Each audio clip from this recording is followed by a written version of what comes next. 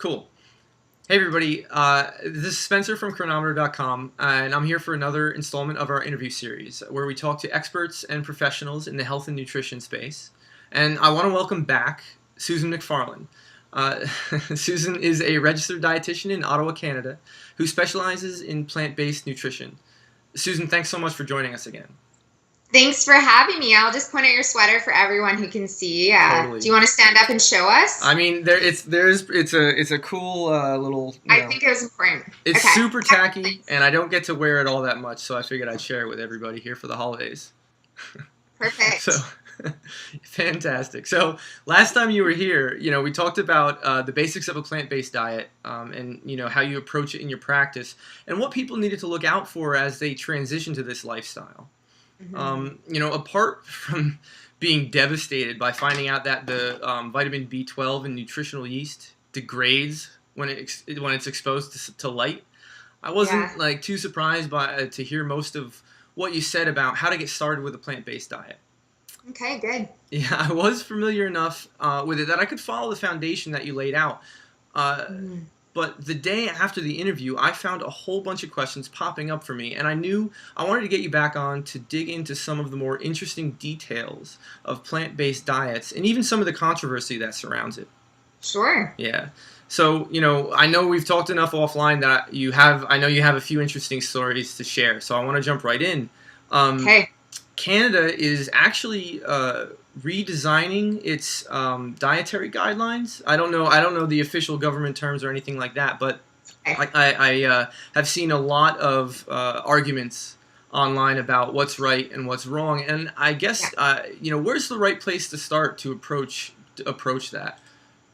Yeah, so in Canada we call it Canada's Food Guide, and it's definitely time for a change. So our food guide is going on to be 11 years old, and nutrition research, it evolves somewhat quickly and also not that quickly.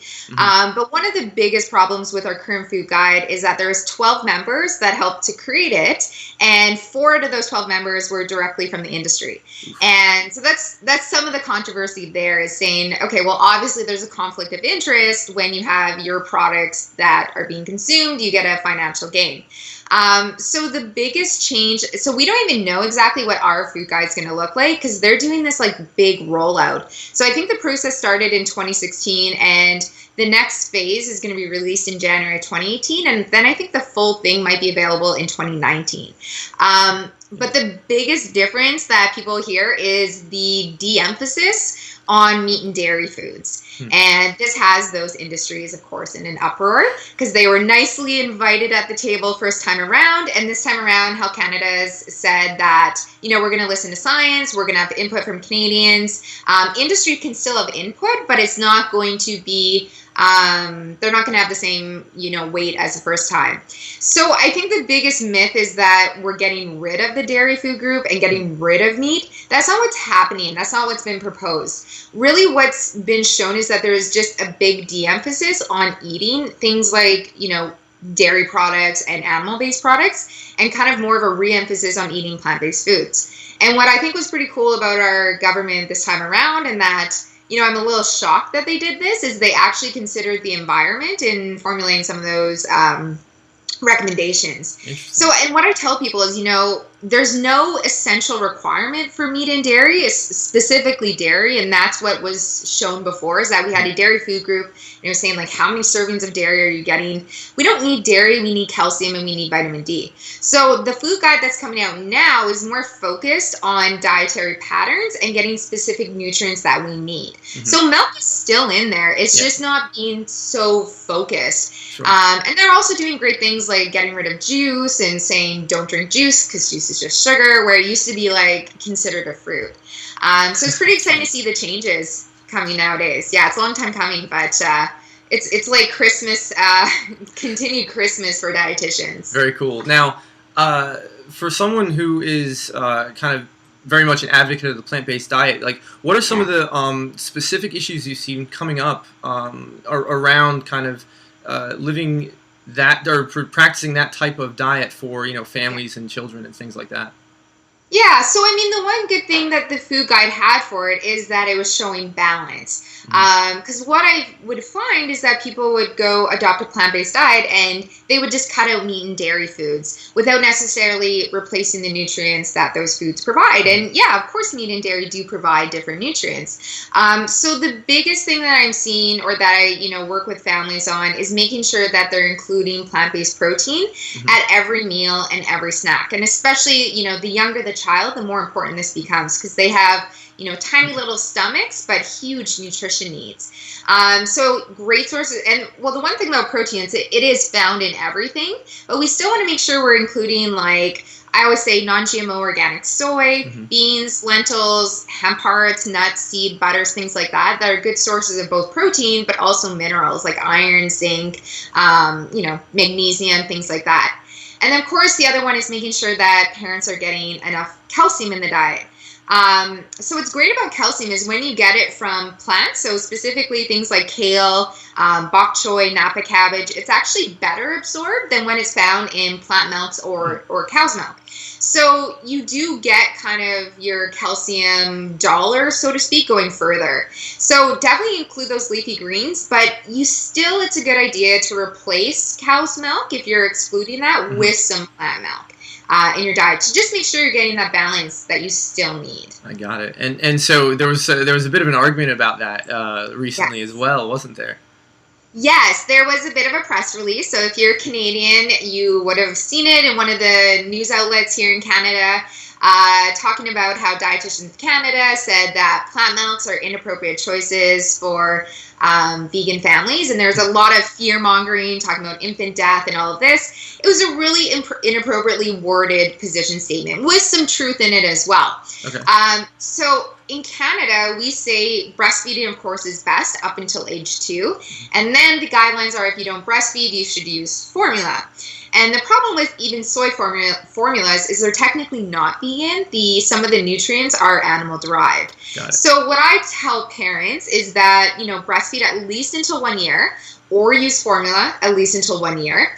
And then provided supplementation is being used, so B12, vitamin D, DHA, and there's enough protein and fat in the child's diet, there's no harm in using soy milk as the main milk. But Mhm. definitely milks you want to stay away from are almond milk, rice milk, any other plant milk that's not soy, because there's just not enough protein, fat, calories, because babies need so much of that in order to grow. Got it. Yeah, no, I was curious about what the differences were. I mean, and the proteins and fats were kind of the obvious question, and I can see Yeah. how, because it's such a difference, that it's easy to frame it as you'd be missing out on all these nutrients that you Yeah. might need as a Yeah. growing child. So fair Yeah, and enough. it's always with babies, we take things a little bit more cautiously because their nutrient needs are so big and their stomachs are so small. So we need to be as careful as possible. Sure. Sure. So, speaking of kind of children and exposing them to different diets, particularly Yeah. one that's so specialized, like a whole food plant-based diet. Yeah. I'm curious about what some of the challenges are there with exposing them to things that may or may not cause allergies and other kind of challenges that a lot of have been pretty prevalent in the population. In recent times, particularly things like gluten or peanut Yeah. allergies and things like that. I've read that peanut allergies or gluten in this case, exposure to those things at an early age can help reduce the risk of allergies Mhm. across a population and things like that. Is there any credence to that, or what would you say to someone who's maybe got a gluten intolerance and Yeah. doesn't want their kid to have anything to do with that? Yeah, so you're definitely right. We used to say, like, avoid having foods that are highly allergenic, of which, like, eggs, milk, dairy, Mhm. wheat are all included, nuts, peanuts, things like that. And then the research said that, so if you're not actually introducing these allergenic foods when an infant's digestive tract and immune system is developing, you could actually make their immune system have a greater exaggerated response when they inadvertently are exposed to these later in life. So this has been, since I've been a dietitian, this is when it's switched. So it's fairly recent. that we've started recommending introducing allergenic foods other than dairy, because that one still we say 9 months if you do consume dairy, but starting to introduce other allergenic foods around 6 months. So one of the biggest questions I get from parents is, well, what happens if my kid starts or wants to eat meat and dairy later in life, or eggs? Are they going to have an anaphylactic reaction? Are they going to have allergies or intolerances to this? And honestly, we don't know. That's the thing is, we haven't done enough research on plant-based kids from the time they've been born to adulthood. So we don't know what the impact is yet. I have heard stories, like horror stories from other vegans saying they've accidentally consumed something and been like sick to their stomach. But I do think that can be as much psychological as physical. But so even if a mother has an allergy, or if they're gluten intolerant, I mean, celiac disease is an autoimmune condition, so it's not the same as gluten intolerant. So in that case, you wouldn't want to refrain from offering those foods to your child, because you can increase the risk that they develop it. But if you do have an allergy, then your child could be at a higher allergenic risk. But this doesn't mean you shouldn't introduce certain allergies to the child. Because again, we need to have exposure in order for kind of a reduced immune reaction when inadvertently, if they breathe in peanut dust, or if it's in school or cross-contamination, it's going to end up in their body somehow, some way. So it just helps to make sure that you're not being overprotective and taking something out that doesn't need to be taken out. Man, and that's tough too, because like there are so many issues that people are having with food in general across the society and the population, and that's in part, there's a pretty good case to be made that it's in part due to the farming practices that introduce some rather unhealthy chemicals into our systems. There's a strong case to be made that this is the cause of a lot of these food intolerances. It seems like a valid reason, to avoid gluten or, other trigger foods, especially at a young age. And this makes it really frustrating to go to the grocery store. Am I wrong to think that it's almost futile to like really try to eat healthy? Like, I really don't know what to do.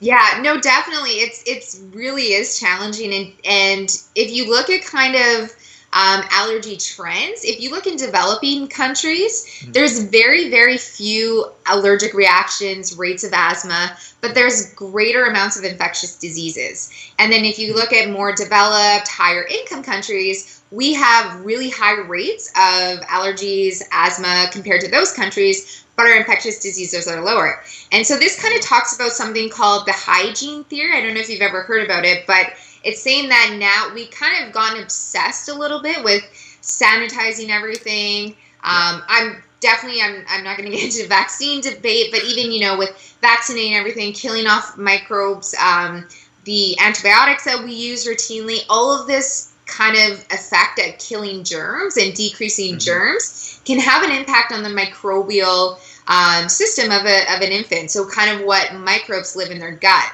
Yeah. And what people don't realize is your intestinal, so germs and toxins and things in our environment, we often, we inhale those or we ingest them into our digestive tract. So often our digestive tract is the first line of defense. And if you have a poorly developed kind of intestinal microbiome, then it's much more likely that you're going to have a reaction to certain foods. So kind of, to answer that, as much as it is frustrating, we want to still do the best we can by taking certain measures to decrease allergies and food intolerances. So the one thing is definitely not delaying the introduction of things like gluten or peanuts, or if your family does consume eggs, things like that at 6 months. Other things is smoking. So tobacco exposure can increase the risk of things like asthma, and asthma can lead to food allergies as well.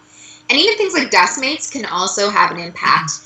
And then not worrying so much about having everything sanitized all the time.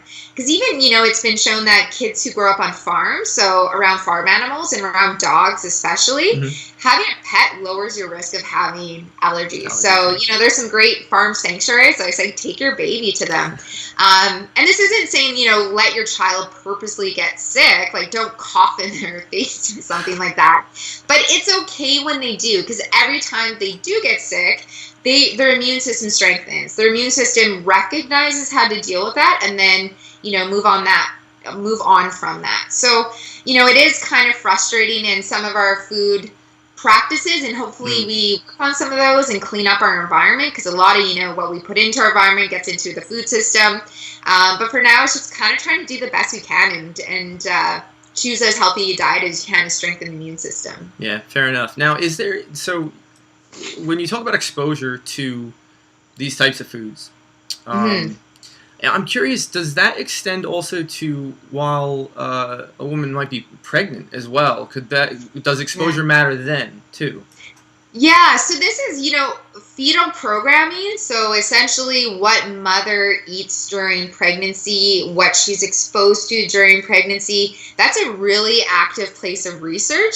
And not just for food allergies, actually for obesity, because we know that what mom eats and her weight and things like that can turn on certain genes and turn off other genes in pregnancy. So we don't want mothers to avoid eating allergenic foods in pregnancy for that very reason, because babies do swallow certain what mother's eating and what's in the amniotic fluid. The babies will swallow that. So it's definitely still a good idea to start practicing, because it's a living, breathing baby within you. Well, not really breathing in the sense that using their lungs, but they're still getting oxygen, and what goes into the mother's body is going into baby. So I always, talk to mothers about thinking about the baby being already a separate being from you, and that what you're ingesting and the environment you're in, so tobacco smoke, if you're in a heavily polluted area, things like that, will go in and can cross that fetal barrier into the placenta. But definitely same kind of guidelines. Don't avoid certain foods, because it can just have an impact on baby's health long term. Yeah. So and so that, I guess, if so you would still recommend a woman, you still think it's possible for a woman to actually maintain a whole food plant-based diet while pregnant as well, and then be able to kind of get all that exposure, 100%. Yeah. I would say this year especially, the biggest field or kind of, the subfield that I'm working in is in prenatal nutrition of whole food plant-based infant nutrition, so babies who are being raised vegan and families who transition to being vegan. And the same nutrients that are needed in pregnancy for non-vegan women and non-vegan babies are needed by those that choose to be vegan. Certain nutrients, are a little bit more challenging to obtain. Specifically, it can be hard to get enough protein in the second and third trimester. But there's a lot of, different foods we can introduce, different ways of getting enough, and making sure that you're getting the right supplements. But I've worked with a number of pregnant women this year, and I have a really close friend that just had her little vegan baby, and she's been vegan for, 10 years, and the baby's totally healthy and beautiful and happy and full of energy. So, I see it, and it's great to see evidence of what you're talking about. Yeah, well, that's really cool to know that. I mean, because this stuff it's still fairly new, especially, like you said, there's not a whole lot of longitudinal studies about, the long-term effects of, a plant-based diet on, kids or young children in this case. So, that's super interesting. Glad it's to hear frustrating too a little bit, and that's where I'm kind of thinking about my career, and I'm like, all right, I'm gonna have to do research one day because no one's researching this stuff, and so we're making conclusions based on the research, but the research is unintentionally biased away from plant-based nutrition, especially in the sports nutrition literature. So it kind of makes it frustrating because you're just talking about research that. Anyways, it's a whole confusing issue, but I think with more plant-based or more people going plant-based, we will have more research, and then we'll have better guidelines, and even more vegan-friendly food coming out as well. Cool. Yeah, I've always heard, or I've heard it once, so don't quote me, but I've heard that the clinicians are always ahead of the researchers. So I haven't heard that, but I'm going to start adopting that. All right. Very good. Very good. So I want to, before we transition to another pretty interesting story, I think, so is there anything else, so like for a mother who's interested in raising their child on a plant-based diet from an early age, what are some of the kind of the big factors? Like if there were top three, what are the things they need to look out for, the big challenges? What do you think they are?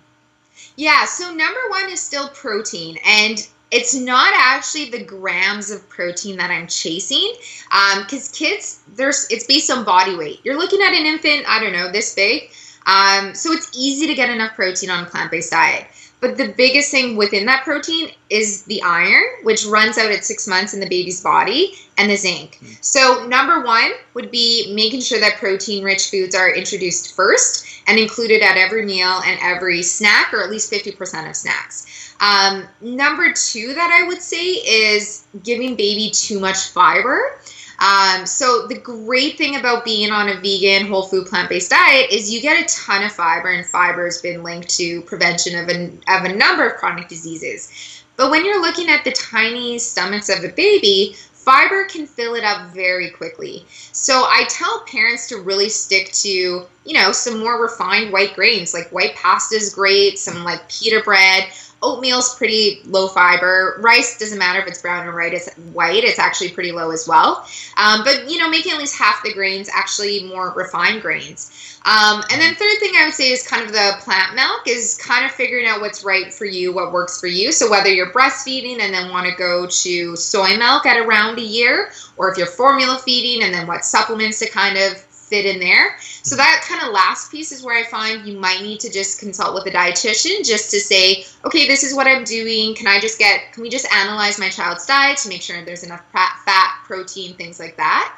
But beyond that, I think the same nutrients can be met on a vegan diet. And I see babies all the time that are, growing well. They're in the 92nd percentile. They're chubby, happy, healthy babies.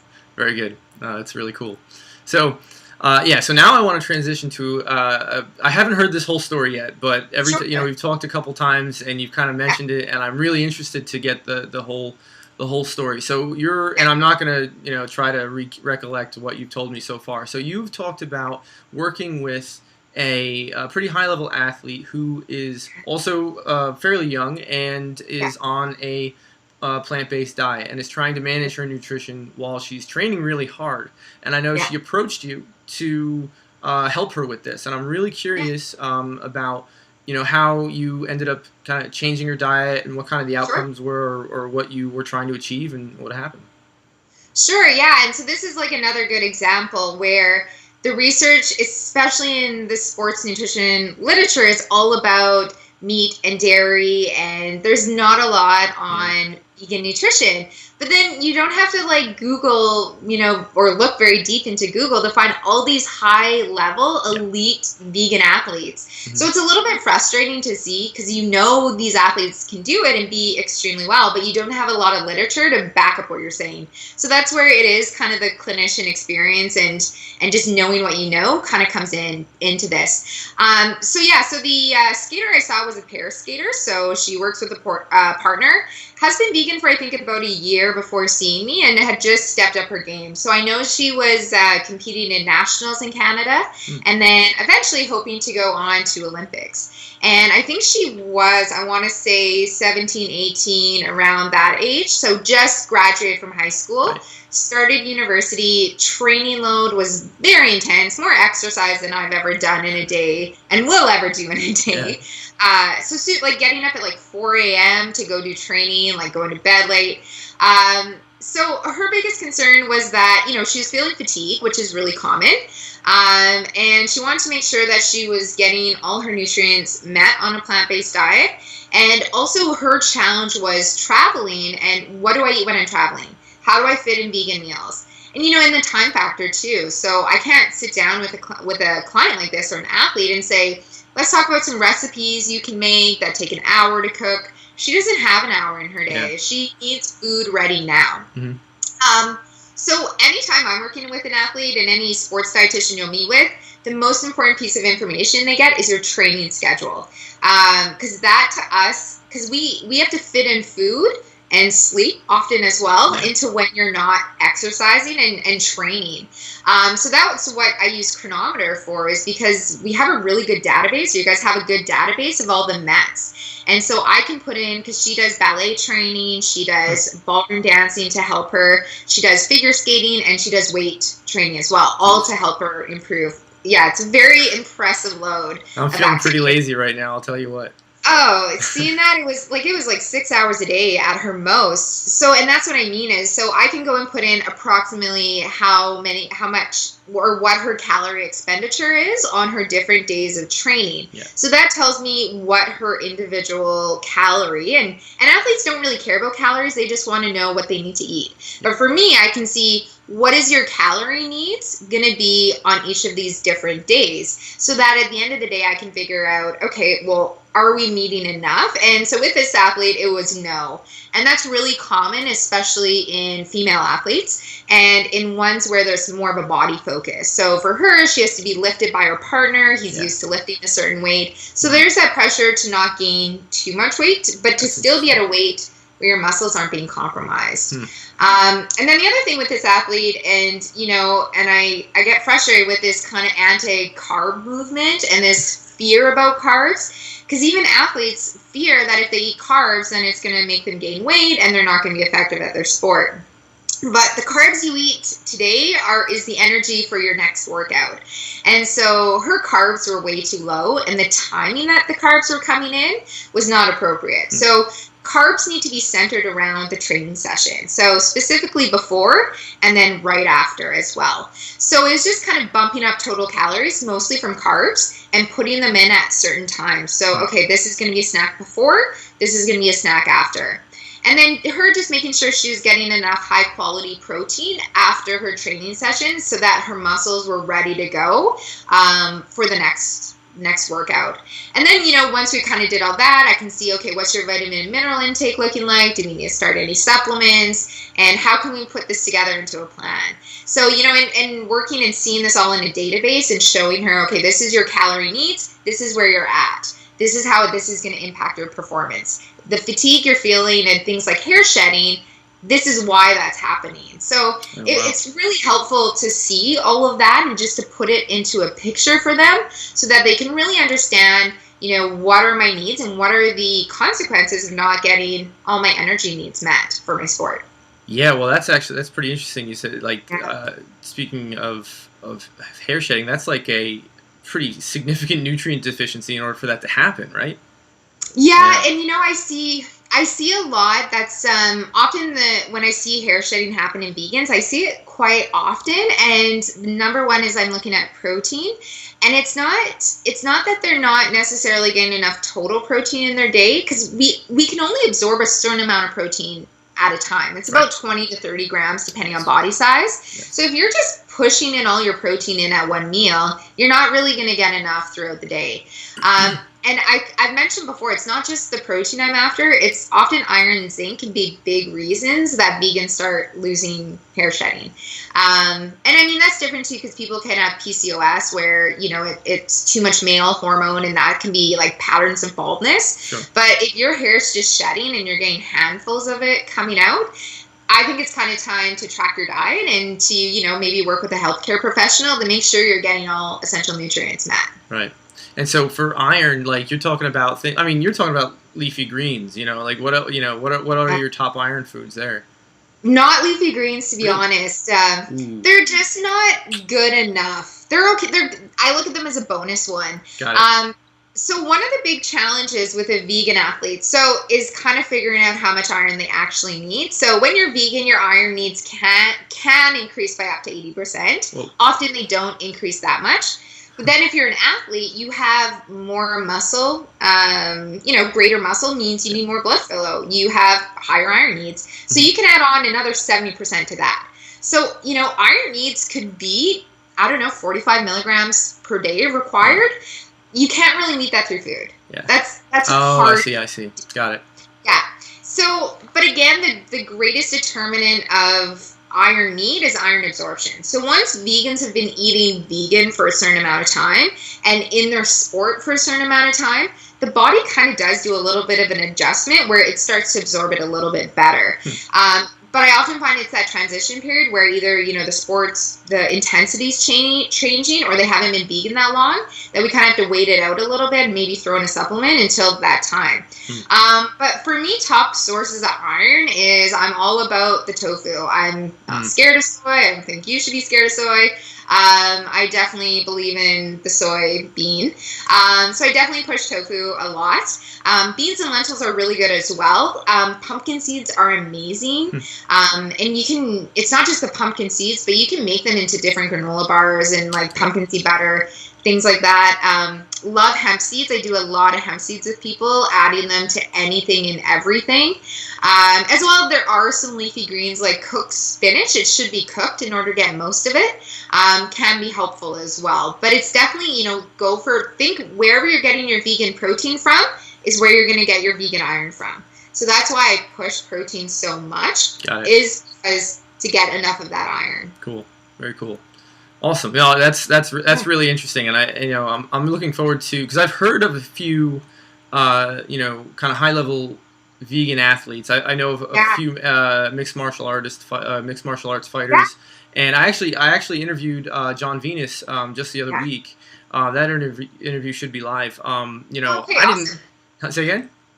Oh, I just said awesome. Yeah, he's huge and like in multiple kind of use of the term. Right. Like, and talk of putting that you can't build protein on a plant-based diet. Like, you look at the guy and that's obviously not true. He's building protein mass. Yeah, it's pretty interesting. He kind of exemplifies what's really possible, and I love how it's kind of throwing a lot of the conventional wisdom out the window. And it's great because I've noticed that I have definitely, when I've done extended periods of time on a mostly plant-based diet, I've always felt just just better in general, like just a little bit more clear-headed and things like that when I'm eating mostly making poor food choices around the holidays, to be honest with you. Yeah. So that is really good.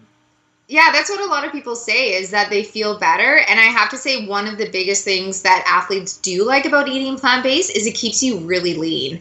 And this is something I've even noticed with myself when I was never a meat eater. So it's been rare, like maybe a couple years of my life that I've eaten meat. But going from vegetarian for me to vegan just dropped my body. I've had my body fat percent measured multiple times. And it stays really, really low. And it kind of allows me, like I go that much further in workouts. And I find I don't need to train to the same level that my omnivore friends do, because I just can have that extra beer or, that extra slice of vegan pizza. And it doesn't seem to have the same impact on me as it maybe did before when I was vegetarian, because I ate a lot of cheese was my problem back then. It's so good though. It's just so good. You know what? Yeah, talk to any vegan, and that's like the last thing they will kind of give up. The great thing is there's so many ways to make your own like plant-based cheese, and really what you're after is like fat and salt, and you can get fat and salt in plant-based form. So I have there's some great recipes for cheese, and you don't miss it after a while. Like the thought of cheese now, just like it's been 8 years, I can do it. There's no way I could eat it. Fair enough. Man, I that would definitely be the last thing to go if I were to make the full transition like that. So it's tough. I have a big old like hunk of cheddar sitting in my fridge right now that I'm thinking about. We want to. Yeah. So I have asked a few other people about this, and I wanted to get because you have a very kind of your professional background, kind of very deeply educated about this field, but there's this kind of thing that floats around on the internet, and there have been books written about it too, about food combining. The idea that you should eat certain foods with other certain foods, and if you Google it, you're going to get a wide range of rules. They can be super general, like don't eat fats and carbs. Don't eat starch with animal protein, but you can go like super deep down the rabbit hole as well. And like don't eat melons alone on a full moon. Yeah. silly stuff. I'm really curious if there's any credence to this and kind of what you think about it. Yeah, the problem with the internet is anyone can write anything, and Yeah. headlines get shared more than like research gets shared. Definitely. And so really, I think, if I remember the last time I did a literature search on this, there was like one study done on food combining, and it found no difference between like doing food combining, kind of the traditional, like whatever it was, like no starch with protein or something like that. I don't even know what they are, in a traditional weight loss diet, and no difference in any measures or outcomes. So, the whole concept of food combining, that your stomach can only digest this if you eat it with this, it just challenges basic physiology, because when you eat food, and it doesn't matter what you eat, your body just sort of preps to digest everything. So enzymes for fat, enzymes for carbs, enzymes for protein just get released when you eat. When you eat, your body's like, I'm just ready for whatever you throw at me. So we don't have like a little barcode scanner that says, okay, this is a carb, I'm going to set it here, and then I'll get an enzyme ready for this. Oh no, well, this came with this. So the whole myth is based on, I guess the whole idea is based on, at best, anecdotes about people feeling better, or, people saying that they've lost weight doing this. Or, at the worst, it's based on just pure fabrication and wanting to sell things. But that said, there are certain food combinations that I do encourage. So, at every meal, there should be some protein. Yeah. There should be some carb, and ideally some vegetable too. And vegetable's not a carb. So, yes, it technically is, but it's mostly water. You're not really getting a ton of carbohydrate. So when you combine things like fiber with protein, that's going to keep blood sugars pretty darn stable and keep hunger at bay.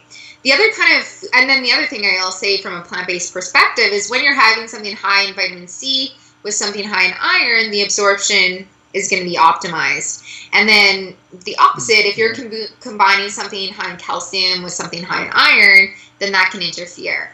And then the one other place I would talk about food combining is sometimes if we eat a lot of fruit on its own, or a lot of fructose sugar, so whatever kind of form that is, like honey, non-vegans, or agave syrup would be fructose, it doesn't get absorbed super well in the intestine. This doesn't mean it's like fermenting and rotting in your gut, but it's just not getting absorbed, and the bacteria in there are fermenting. So if you're eating fruit, it's a good idea to have like one piece of fruit at a time, or pair it after meals, or just have it with something else. Fruit on its own can cause a little bit of like gas and bloating in certain people. So, so any of those like food charts, like if you want to follow them, whatever, but there's just not a lot of scientific backing.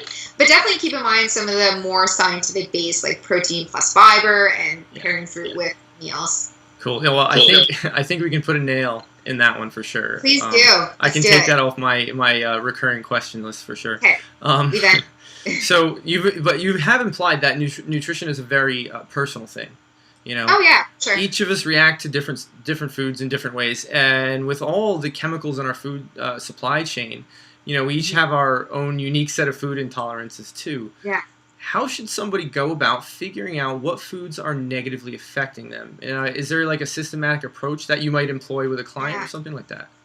Yeah, so if your symptoms are pretty severe, so like you're having like multiple bouts of like diarrhea and like you're in pain all the time, you probably should meet with a dietitian who can help you figure this out. Yeah. But, if someone's just saying, I'm not feeling good, I don't know if foods are causing me issues, I'll look at 1 or 2 elimination diets. So one called the 6-food elimination diet, which is looking at kind of 6 of the most common allergens, being like wheat, seafood, eggs, milk, nuts, and and soy, and cutting those foods out for a period of time.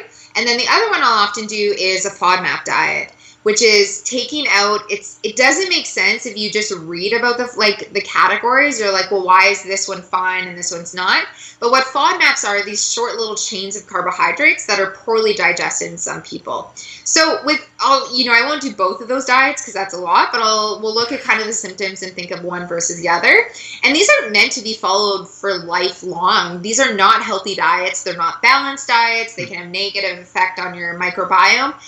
But what we do is we follow them for about 6 to 8 weeks, checking in. I check in at least at the 3-week mark, and then again at the 6-week mark to see if there's benefit. If there's benefit, I want to go the full weeks. or the full 8 weeks. If there's no benefit at 3-week mark, we're not on the right path, or you're not following it very strictly. It's kind of, often it can be the latter of the two. And then once you hit that 8-week mark, that's when you want to do the re-challenge phase. And it takes a long time to do this because we're starting with just one food, introducing it in an amount that you would normally eat. So let's say, you're cutting out wheat. You wanted to see if gluten was an issue, and bread was your favorite food. So we'll say, okay, I want you to have bread. I want you to have it Monday, and then I want you to have it again on Thursday. If you have no reaction on either of those days, bread gets put back in your diet. And, not every day, but somewhat regularly. And then we move on to the next food. So usually, we can start with one food grouping. So whether it's seafood or eggs or wheat or whatever the one is, or, we can just go across. There's not really that much strictness there until we kind of go through them all and figure out what is possibly the food allergen. So during this time, it's so important that people track their diet and their symptoms. Yeah. But what I also ask people to do is track things like stress and situations and things like that. Because I tell them right away, like, you have as many neurons in your stomach as a cat does in her brain.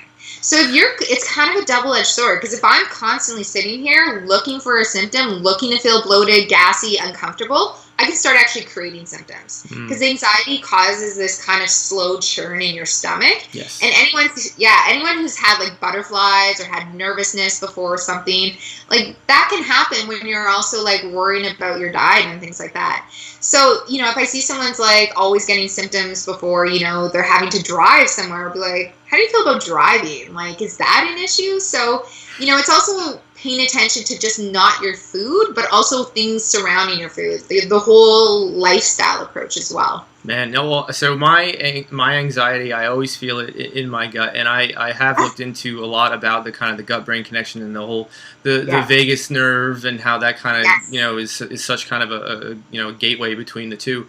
There's a lot of interesting literature out there about how you can alleviate some of the anxiety especially if you feel it in your gut. And just how it all works. And it's super fascinating. There's neurons in your stomach. There's neurons in your heart. Like, there's a whole bunch of untapped potential there, which I find fascinating. I wouldn't say I'm an expert in any way, but it's cool. Yeah. No, it's super interesting. And I think people forget that, like, it's not just people are looking for the diet to be the cause. And sometimes it's just like, we live in a super stressed out world. So sometimes it's just like, what's your workload like? And I'm not a guru or anything, but I'm like, have you ever thought about like doing a little bit of meditation, like in the mornings, afternoons? Try it for 2 weeks. Just try it and let me know if any improvement in your symptoms. And like, I would say more times than not, things do improve as well. So, because even if you do have true food intolerances, I guarantee the stress about them is making it worse as well. Yeah, well, I'm familiar with some elimination diets and the low FODMAP diet. Yeah. And it's interesting that you say that if you don't see any improvement after 3 weeks, you should stop it. Because there's a lot of people who kind of go in, like, for example, the first time I did an elimination diet was I bought a book and followed the book. Now, I don't remember, and I've read things about the low FODMAP diet. I don't remember any type of guideline on the time necessarily. It might have been there, maybe I missed it, but and it's also alarming to hear you say that it's a little bit damaging to your microbiome.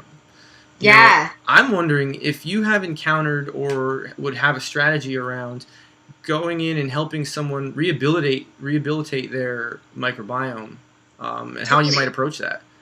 Yeah, so this is, I think we kind of bully food a lot and say, well, you're the cause of my symptoms and it's gluten and it's all of this. And I'm like, well, what's your gut health like? Because often it's like, if we can improve the health of your gut, then we can potentially improve how you digest these foods. Because, gluten's a large protein. And if you're having some like leaky gut issues or you're having some digestive problems, well, it's not really the gluten. It's actually kind of something that's going on with you that we can fix. So this is, a big reason why I love plant-based diets, because there's two things we want to grow in the gut or have in the gut. Number one is we want to have healthy gut bacteria. Yeah. So if you've gone through a lot of antibiotics, you've had food poisoning specifically, that's a big one. You've done a lot of traveling, that's another red flag. you definitely need a probiotic. We need to start with like a high dose, good quality probiotic. There's a really good app. You can download it yourself, or you can work with a health professional. I think it's just called Clinical Practice Probiotic Chart or something like that. Easy to remember. Very catchy. Yeah, I think if you were to Google that, it has an app or a website. But anyways, you can look at different indications. And the great thing is they updated. So I think the last one I have is for 2017. So you can go put in whether you're pediatric or adult and what the indication is. So is it IBS symptoms? Is it preventing travelers' diarrhea? Is it Crohn's, colitis? What's going on in the gut? Is it just general health? So you can put in all of that, and it will plug out what are the best probiotics proven for that condition. Cool. I've already forgotten the name of the app. Can you say that again? I'll write it and put it in the show notes. You know what? Let me just, if you don't mind, let me double check so I get the right one here. Sure. It's called A Clinical Guide to Probiotic Supplements. And this one is the 2017 edition. So it's a research-based app and way to get a good probiotic. Because the problem with probiotics is they need to be alive in order for them to actually work. Yeah. And a lot of these companies, you know, we want to think everyone's just in it to help improve everyone's health. Sure. But, you know, yeah, exactly. A lot of companies are there to make money. So we want something that's really going to work. And so you'll see some recognizable ones like Lines on there, Gaia's on there. That one's great for kids. But often that's where we need to start, is getting some good probiotic in. But then we need to feed that probiotic. It's a living organism. And meat and dairy, sorry, is not going to feed it. It's going to be, well, I should say dairy, it has probiotics in it. But but it doesn't have prebiotics. But that's what we need. So the prebiotics are going to help the probiotics to grow. And that's found in fiber-rich food, and specifically things like soluble fiber, like beta-glucans, stuff like that. Mm-hmm. So eating a whole food plant-based diet while having a probiotic can be really helpful in helping to grow that gut bacteria. Same thing with like fermented foods. So I mean, you know, if you're not whole food plant-based, people like kefir or things like that. Yogurt doesn't have a huge amount, so it's really, you're not going to get enough just with yogurt. Like really, you should do a probiotic. Yeah. And then things like kimchi is great, tempeh is great. You know, kombucha, people are raging about. All of that is great. Yeah.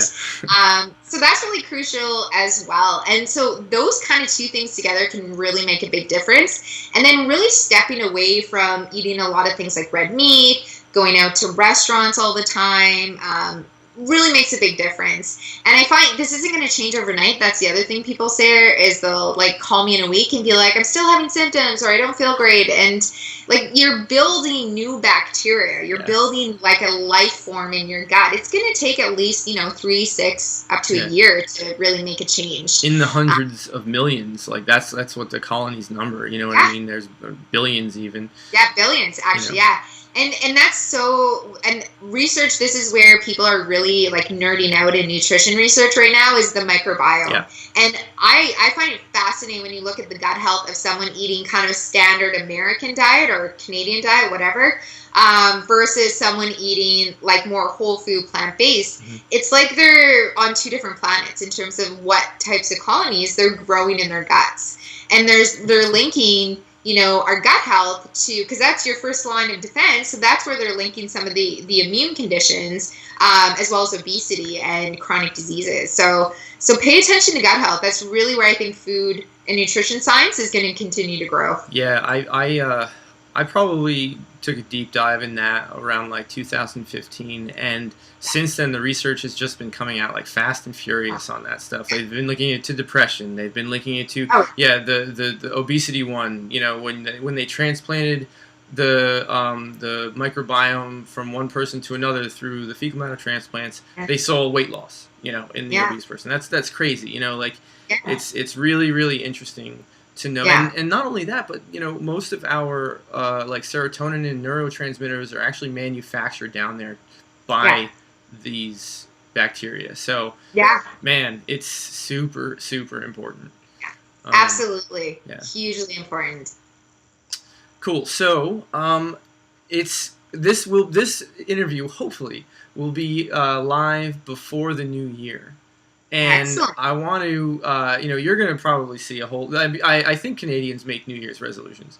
They do. They do. Yeah. So you're probably going to see a whole lot of people, reach out and want to make some changes to their lives. I'm curious, this is not necessarily a nutrition thing per se, but how do you, when you get a new client, how do you keep them from, burning out? Like, how do you keep them, that motivation that they have at the start of the year? How do you keep that momentum? Sure. Yeah. So first thing I always tell people, they say, my goal, I want to lose 50 to 100 pounds. I'm like, well, that's not your goal. That's your outcome. So what are we going to do to get you to that weight? So right away, it's like changing the language, putting things into perspective. So we need to talk about, well, what are the factors that you think have contributed to your weight gain? What are the things that, so I'm big list making. I have a whiteboard in my office. I'm like, let's write some things down. Let's get active. Let's get integrated and interactive. So I'm big on saying, well, what do you think? When does your weight gain happen? And you'll see things like stress being an issue. You'll see things like illness being an issue. Changes in jobs, things like that. So let's talk about all of those things. What are some things you think you can do? And I often, what I see happen when people start the New Year's resolutions is they're coming off of a time when it's been relaxing for the most part. They've been off work. They've had time to really, be contemplative about things. And their stress levels are pretty low. So things are running pretty smoothly. And so they go really hard, really fast. So one thing I see at the gym all the time is, people are doing like all these workout classes in a row, and then they're going to like stretch for an hour later. They're meal prepping, they're weighing all their food, they're doing all of these things. And that's fantastic. And of course, they're seeing the weight just drop off. Yep. And then inevitably what happens is something screws up. They get sick. They have some sort of family crisis. They go on vacation. Something happens, and getting back to where they were is like climbing Mount Everest. So that's the biggest thing, is knowing, okay, so what is the long-term outcome that you want, and what are the mini goals that you're going to achieve in order to get there? So, if the goal is to lose 100 pounds in a year, okay, that's great. What are we going to do in month one? What can we work at in month one? So, the couple biggest things, what I'll be looking at is, what do I think is going on in their lifestyle that is the biggest kind of weight gain contributor. Number one is going out to eat, is definitely how often you go out to eat.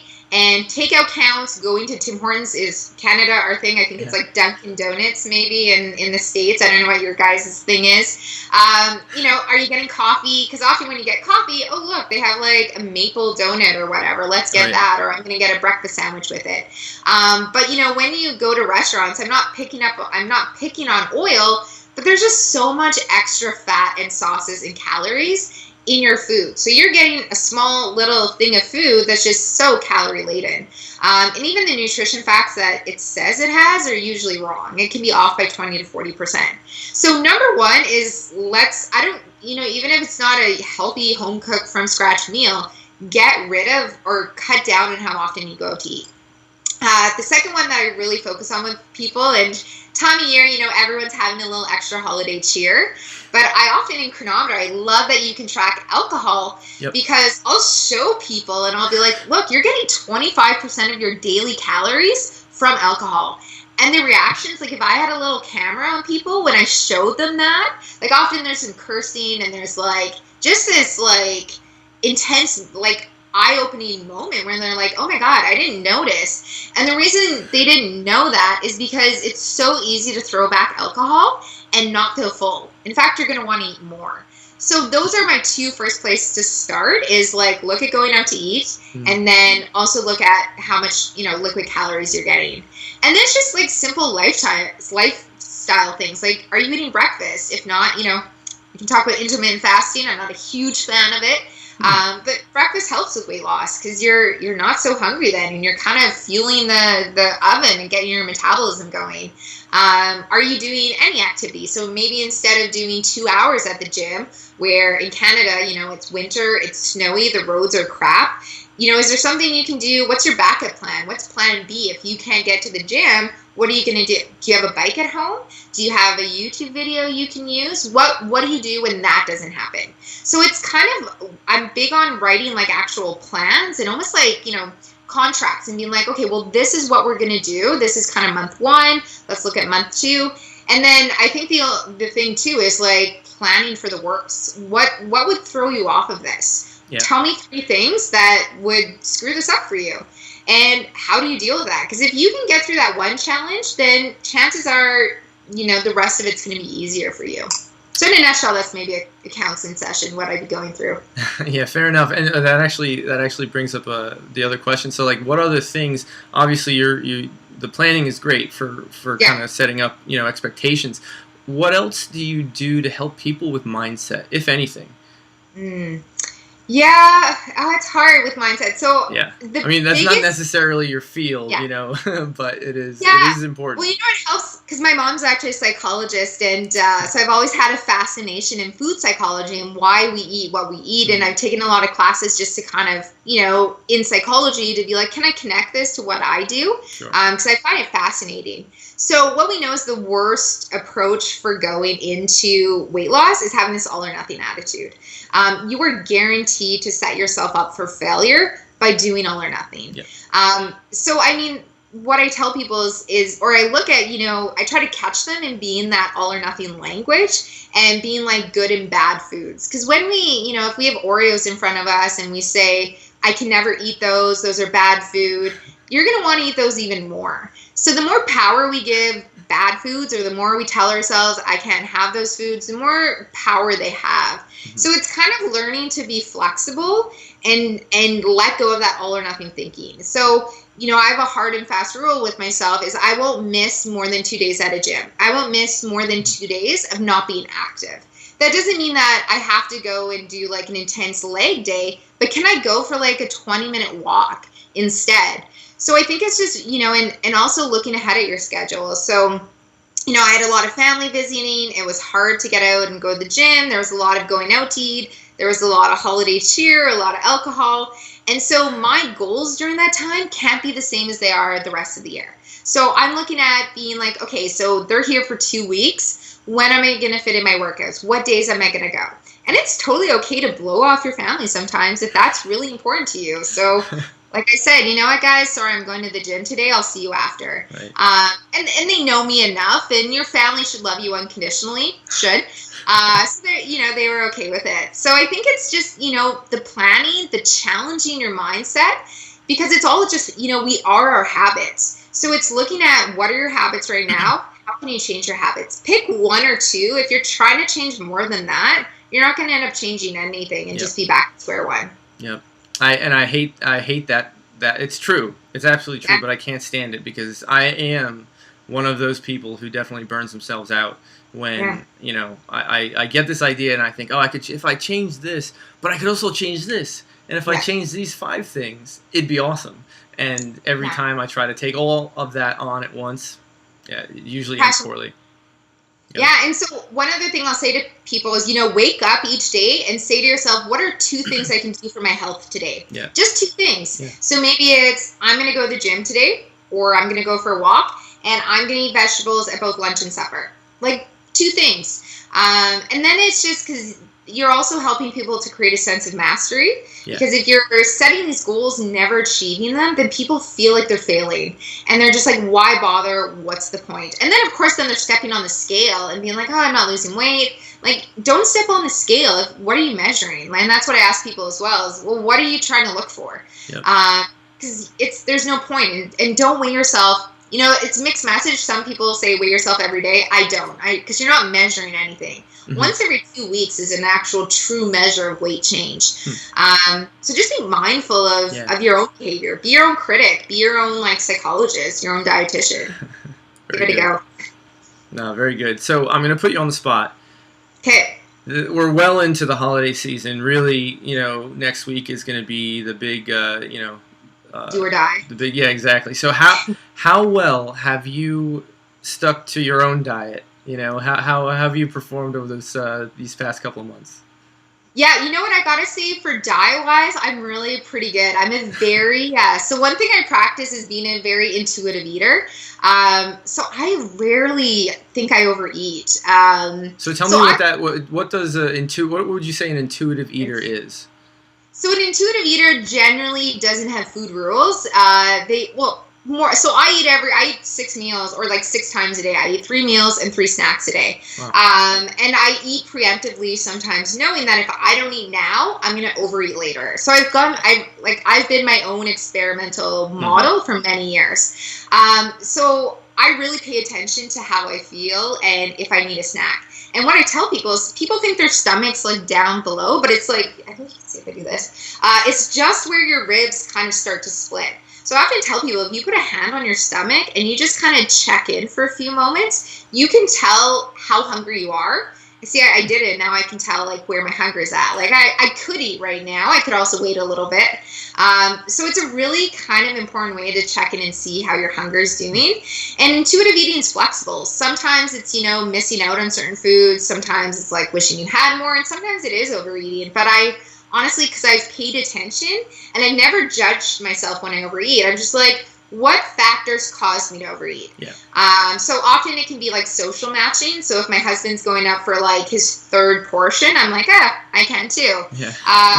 Or it's also pacing, like we'll match people's pace. Or, the food's so good. Or often for me, I will be too hungry. And if we get really hungry, we'll go into it. So food-wise, I've done pretty good. I don't have a lot of baking. I don't do a lot of that stuff. So I haven't really had any indulgences. Gym-wise, been a little bit more challenging. I like to do the heavy weights. I like to try to dabble in the bodybuilding a bit. Sure. Now I'm obsessed with obstacle courses, so maybe getting into some of that. Where I have to say my challenge is I like to indulge in holiday cheer. So that's been where I've struggled a little bit. So I take it cheer is Canadian slang for alcohol, yes? Oh yeah, sorry.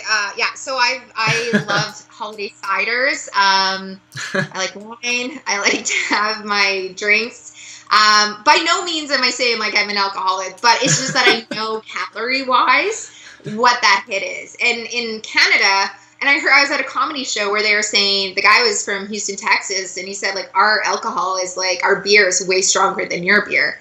And we have these big tall cans of alcohol, which I don't know if you guys drink pretty weak beer, I've heard. But we do. I like IPAs, which are kind of on the very high end of the alcohol range, okay. But mostly people drink the light beer, which is just Yeah, no, we don't do that. Everyone's into craft breweries here. So that's kind of been my challenge. So that's where I've been more strict with myself. Especially, my family is a terrible influence as well. But now that they're not here, like, I just don't buy it. So I'll set a rule and be like, you get 2 ciders a week. When you choose to drink them, that's it. Right. And I'll do things like, even though it doesn't taste as great, like I'll just buy Skinny Girl wine and like, because it's going to save some calories and it doesn't taste that different. So overall, I have to say I would give myself a pretty good marking this year because I was at home this year. So I was more in control of my food environment. I could have done a little bit better with the drinks, I think. And not even how many I have, just how frequently they were coming in. Sure. But again, it's, my weight hasn't changed. My health hasn't changed because it all balances out. So, I mean, Christmas doesn't happen every week for me. It's once a year. So I've seen no change in my weight or health or anything like that. Very good. Well, Susan, thanks so much for being here again. Really appreciate it. I hope you enjoy the rest of your holiday and the rest of the year. Thank you. I definitely will. Oh, thanks. And tell everybody a little bit about where they can find out more about you. Sure, yeah. So I'm mostly on Instagram, sometimes Twitter. Both of the handles are at Susan_veganRD. You can find me on Facebook at Susan Macfarlane Nutrition, and I do a lot of talking about the food guide right now. It's kind of the big thing. And then also like in the forums, if you want to chat with me, ask me a little bit about like what your diet's looking like. You can write on my wall in there and I'll get back to you, or you can tag me in a comment, and that's the quickest way to, zoom me in if you have a question or comment in the forums. Awesome. Well, I really appreciate it. Like I said, Merry Christmas, everybody. I hope you enjoyed the ugly sweater. I know you didn't see all of it. I did. But it is what it is. So we will be back with more interviews next year. And until then, happy holidays, everybody. Thanks. Bye.